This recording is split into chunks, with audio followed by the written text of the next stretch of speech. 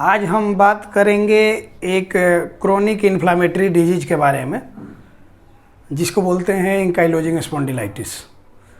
तो आज देखेंगे कि एंकाइलोजिंग स्पॉन्डिलाइटिस क्या होता है, इसके कारण क्या क्या हैं और साइन सिम्टम्स, क्लिनिकल फीचर्स देखेंगे। तो आइए देखते हैं सबसे पहले एंकाइलोजिंग स्पॉन्डिलाइटिस का डेफिनेशन और उसका मतलब क्या होता है। ये क्या होता है कि क्रोनिक इन्फ्लामेटरी डिजीज होता है और मेनली ये अफेक्ट करता है स्पाइन को। कैसे, इस नाम में ही यहाँ है स्पॉन्डिलाइटिस। स्पॉन्डिलाइटिस का मतलब होता है इन्फ्लामेशन ऑफ द स्पाइन। ये स्पाइन का फिगर है, स्ट्रक्चर है। ये क्या होता है कि इसमें जहाँ जहाँ ये वर्टिब्रा है और इसके बीच में इंटरवर्टिब्रल डिस्क है।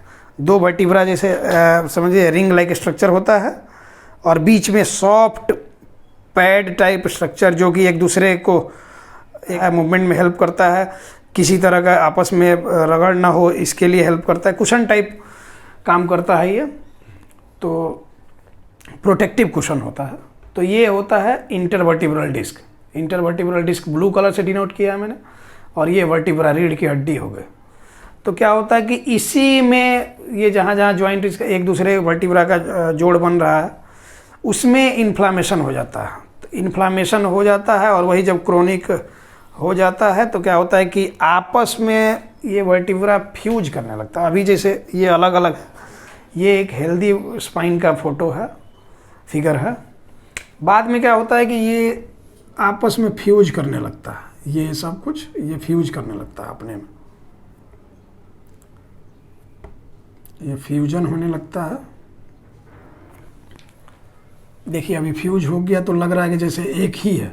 पहले लग रहा था कि अलग अलग वर्टिब्रा है, अब लगता है अपीयरेंस इसका रहा है कि लगता है कि एक ही स्ट्रक्चर है। तो एंकाइलोजिंग का मतलब होता है, एंकाइलोज का मतलब है कि फ्यूज्ड या फिक्स्ड। तो ये जब क्या होता है कि ऐसे दो वर्टिब्रा हो गए, बीच में सॉफ्ट पैड लाइक स्ट्रक्चर जिसके इंटरवर्टिब्रल डिस्क बोलते हैं, ये एक दूसरे पे forward bending, backward, forward bending. तो ये प्रॉपर मूवमेंट जो हो रहा था, अभी क्या है कि साइड साइड से ये फ्यूज हो जाने की वजह से वर्टिब्रा में मूवमेंट ना के बराबर हो जाता है।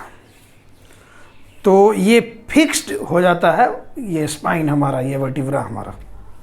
स्पाइन फिक्स हो जाने की वजह से क्या होता है कि ये अपीयरेंस जो हो रहा है एक लाठी की तरह, बम्बू जैसे बांस होता है तो बांस में जगह जगह पर गांठ जो होता है, वैसे ही एकदम बम्बू स्पाइन अपीयरेंस हो जाता है। ये एक्सरे में बम्बू स्पाइन अपीयरेंस इसमें देखा जाता है रेडियोलॉजिकल डायग्नोसिस में। तो ये होता है एंकाइलोजिंग स्पॉन्डिलाइटिस का मेन पैथोलॉजी।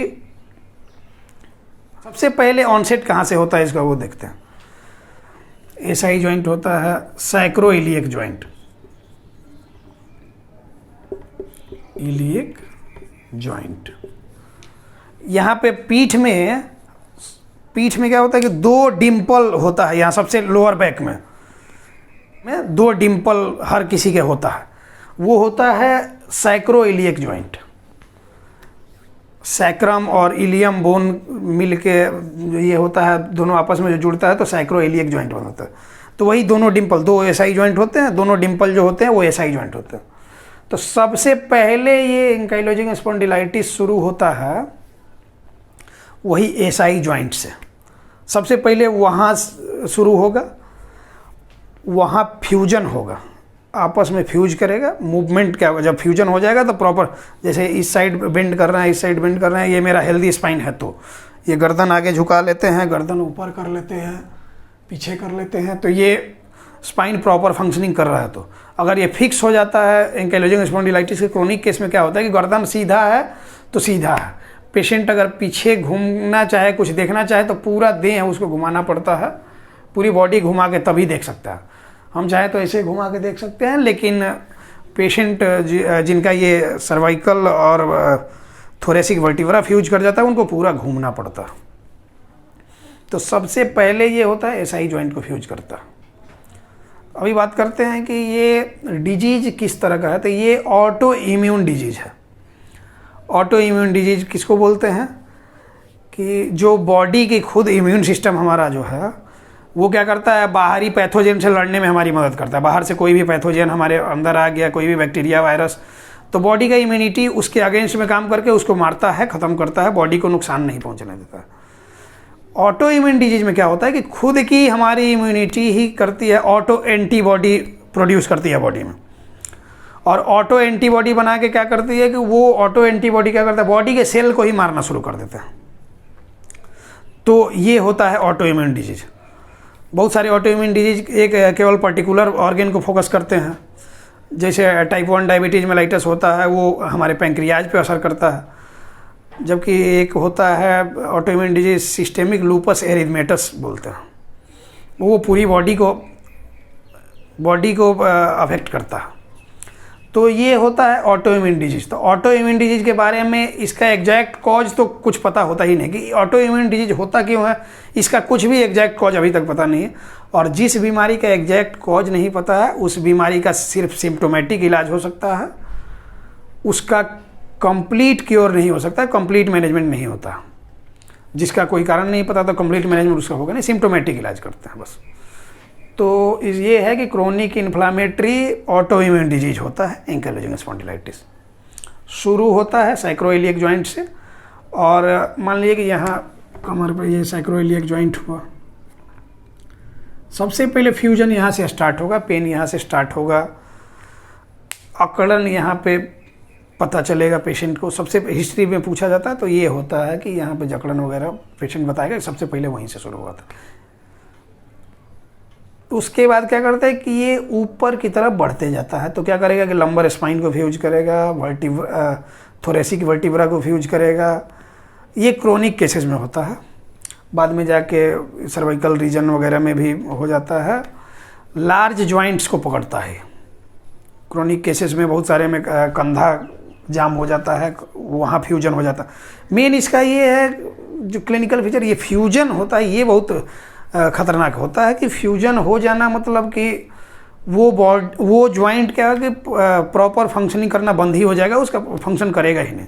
वो फ्यूज हो गया तो मूव हो ही नहीं पाएगा, ज़बरदस्ती मूव करने पे कहीं क्रैक हो सकता है, कुछ भी हो सकता है। तो प्रॉब्लम यही होती है इसमें। तो अब क्या होता है कि धीरे धीरे ऊपर की तरफ बढ़ते जाता है, ये फ्यूजन बढ़ते जाता है, और जैसे जैसे फ्यूजन बढ़ते जाएगा बॉडी के मूवमेंट रेस्ट्रिक्ट हो जाएगी, बॉडी जो मोबाइल होता था वो रेस्ट्रिक्ट हो जाएगा। तो ये होता है इसका पैथोलॉजी।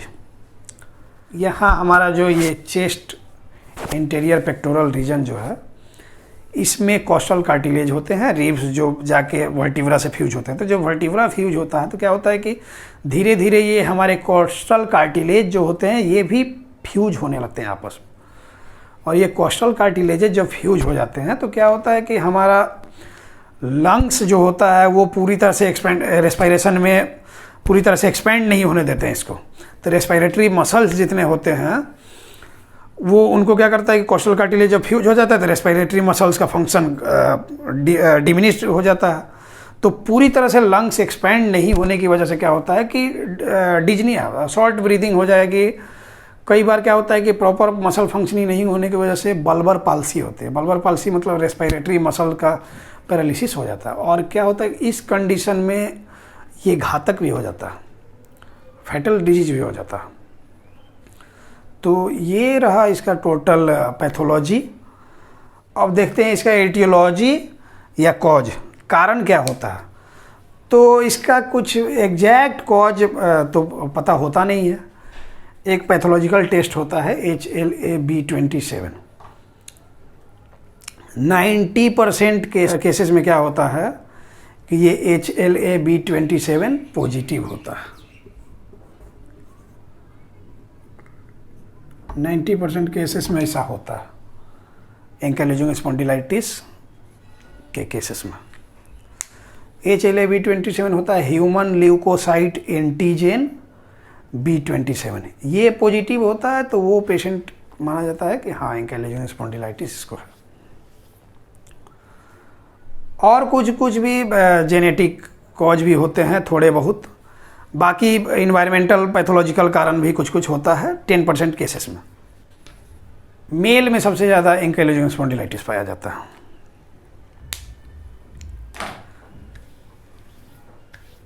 ये टोटल ओवरव्यू रहा एंकाइलोजिंग स्पॉन्डिलाइटिस का। इसका टोटल पैथोलॉजी पे नहीं जाते हैं डिटेल में, वो मेडिकल ट्यूटोरियल में आगे बताया जाएगा। अभी फ़िलहाल ये डिजीज़ के बारे में ओवरव्यू बताया गया, और जो इस तरह के पेशेंट्स हैं उनके लिए अब क्या क्या करना चाहिए उस पर बात करते हैं कि क्या क्या एक्सरसाइज कर सकते हैं जिससे ठीक रह सकते हैं। मैंने पहले ही बताया था कि सिम्टोमेटिक इलाज इसका होता है, कंप्लीट क्योर नहीं होता। तो सिम्टोमेटिक इलाज क्या क्या करते हैं अभी उस पर बात करते हैं। तो इसका फिजियोथेरेपी मैनेजमेंट पे बात करते हैं। सबसे ज़रूरी होता है रिहेबिलिटेशन का अप्रोच, जिसमें फिजियोथेरेपी सबसे मेन रोल होता है फिजियोथेरेपी का। तो अब देखते हैं कि एंकाइलोजिंग स्पॉन्डिलाइटिस का फिजियोथेरेपी मैनेजमेंट।